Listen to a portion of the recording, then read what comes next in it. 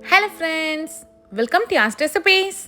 இன்றைக்கி நம்ம சேனலில் ஒரு சூப்பரான பெப்பர் சிக்கன் கிரேவி தான் எப்படி செய்யறதுன்னு பார்க்க போகிறோம். மசாலாலாம் ஃப்ரெஷ்ஷாக அரைச்சி செஞ்ச இந்த கிரேவி சப்பாத்தி சாதம்னு எல்லாத்துக்கும் டேஸ்ட் சூப்பராக இருக்கும். வாங்க எப்படி செய்யறதுன்னு பார்க்கலாம். ஃபர்ஸ்ட் ஒரு மசாலா பொடி அரைச்சிக்கலாம். அதுக்கு 3 ஸ்பூன் மல்லி விதை எடுத்துக்கோங்க. இது கூடவே 2 ஸ்பூன் மிளகு சேர்த்துக்கலாம். மிளகு கொஞ்சம் தூக்கலாக இருந்துச்சுன்னா தான் நல்லாயிருக்கும். 1 ஸ்பூன் சீரகம் சேர்த்துக்கலாம். மிளகுல பாதி சீரகம் சேர்க்கணும். 2 துண்டு பட்டை சேர்த்துக்கோங்க. ஒரு 5லேருந்து 6 கிராம்பு சேர்த்துக்கலாம். காரத்துக்கு ஏற்ற அளவுக்கு காஞ்ச மிளகாய் சேர்த்துக்கோங்க. ஒரு 7லேருந்து 8 காஞ்ச மிளகாய் சேர்த்துக்கலாம். இப்போ இதை லோ ஃப்ளேமில் வச்சு நல்லா ட்ரை ரோஸ்ட் பண்ணி எடுத்துக்கோங்க. ரொம்ப கலர் சேஞ்ச் ஆகணும்னு அவசியம் இல்லை, லைட்டாக வாசனை வர அளவுக்கு இருந்தாலே போதும். இப்போ இது நல்லா வறுபட்டுருச்சு. ஒரு மிக்ஸி ஜாரில் மாற்றி அரைச்சி எடுத்துக்கலாம். இப்போ நம்ம சிக்கன் தாளித்து விட்டுடலாம். கடாயில் கொஞ்சம் தாராளமாக நல்லெண்ணெய் சேர்த்துக்கோங்க. 1/2 ஸ்பூன் சோம்பு சேர்த்துக்கலாம். 2 கொத்து கருவேப்பிலை சேர்த்துக்கோங்க. இது கூடவே 1 கப் அளவுக்கு சின்ன வெங்காயத்தை பொடியாக கட் பண்ணி வச்சுருக்கேன், அதை சேர்த்துக்கலாம். இந்த டிஷ்க்கு நம்ம சின்ன வெங்காயம் சேர்க்குறப்போ ரொம்ப டேஸ்ட்டாக இருக்கும். உங்ககிட்ட சின்ன வெங்காயம் இல்லைன்னா நீங்கள் பெரிய வெங்காயம் கூட சேர்த்துக்கலாம். இப்போ இதை நல்லா வதக்கி எடுத்துக்கலாம். வெங்காயம் நல்லா வதங்கி கண்ணாடி பதம் வரணும், அந்த மாதிரி வதக்கி எடுத்துக்கோங்க.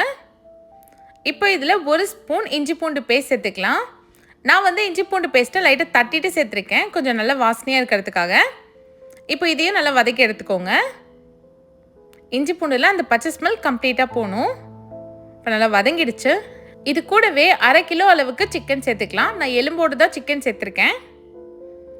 இப்போ இதில் அரைச்சி வச்ச மசாலா பொடி இருக்கு இல்லையா, அதை ஃபுல்லாகவே சேர்த்துக்கோங்க. தேவையான அளவுக்கு உப்பு சேர்த்துக்கலாம். நான் ஒரு 1 ஸ்பூன் உப்பு சேர்த்துருக்கேன். இப்போ இந்த மசாலாவோட சிக்கனை நல்லா வதக்கி எடுத்துக்கோங்க.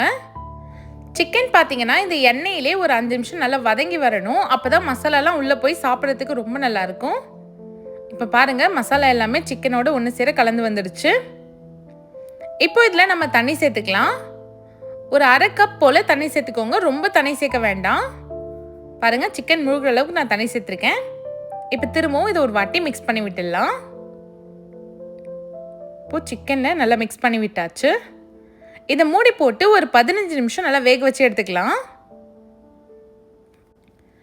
இப்போ சிக்கன் வேகட்டும், நான் 15 நிமிஷத்துக்கு அப்புறம் உங்களுக்கு காமிக்கிறேன். இப்போ ஒரு 10 நிமிஷம் போல் ஆயிடுச்சு. சிக்கனில் எண்ணெய் பிரிஞ்சு வந்துருச்சு பாருங்கள். இப்போ இதில் 1 ஸ்பூன் காஷ்மீரி சில்லி பவுடர் கலருக்காக சேர்த்துக்கலாம். சேர்த்துட்டு திரும்ப இதை நல்லா ஒரு வாட்டி மிக்ஸ் பண்ணி விட்டுருங்க. காஷ்மீரி சில்லி பவுடர் ஆப்ஷனல் தான், இதை நீங்கள் சேர்க்காமலும் செய்யலாம். ஆனால் இது கொஞ்சம் கலராக வர்றதுக்காக நான் காஷ்மீரி சில்லி பவுடர் சேர்த்துருக்கேன். நீங்கள் வேணான்னா ஸ்கிப் பண்ணிடலாம். இப்போ நல்லா வதக்கி விட்டாச்சு. திரும்ப இதை மூடி போட்டு ஒரு 5 நிமிஷம் நல்லா வேக வச்சு எடுத்துக்கலாம். இப்போ வேகட்டும். பாருங்கள், நல்லா சூப்பராக எண்ணெய் பிரிஞ்சு வந்துடுச்சு.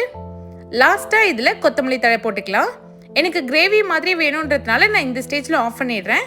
உங்களுக்கு கொஞ்சம் சுக்கா மாதிரி வேணும்னா இன்னும் ஒரு 5 மினிட்ஸ் நீங்கள் கொதிக்க வச்சு எடுத்துக்கலாம். இப்போ இது உடனே சர்வ் பண்ணாமல் ஒரு 10 நிமிஷம் மூடி போட்டுட்டு சர்வ் பண்ணிங்கன்னா இந்த மாதிரி நல்லா திக்காயிடும். பாருங்கள், நல்ல சூப்பரான பெப்பர் சிக்கன் கிரேவி ரெடி ஆயிடுச்சு. இதை சுட சுட சாதத்தோடு போட்டு சாப்பிட்டிங்கன்னா அவ்வளோ சூப்பராக இருக்கும். நீங்களும் கண்டிப்பாக இந்த ரெசிபியை ட்ரை பண்ணி பாருங்கள். இந்த மாதிரி நிறைய இன்ட்ரெஸ்டிங்கான ரெசிபிஸ் பார்க்க மறக்காமல் நம்ம சேனலை சப்ஸ்கிரைப் பண்ணிவிடுங்க. தேங்க்ஸ் ஃபார் வாட்சிங்.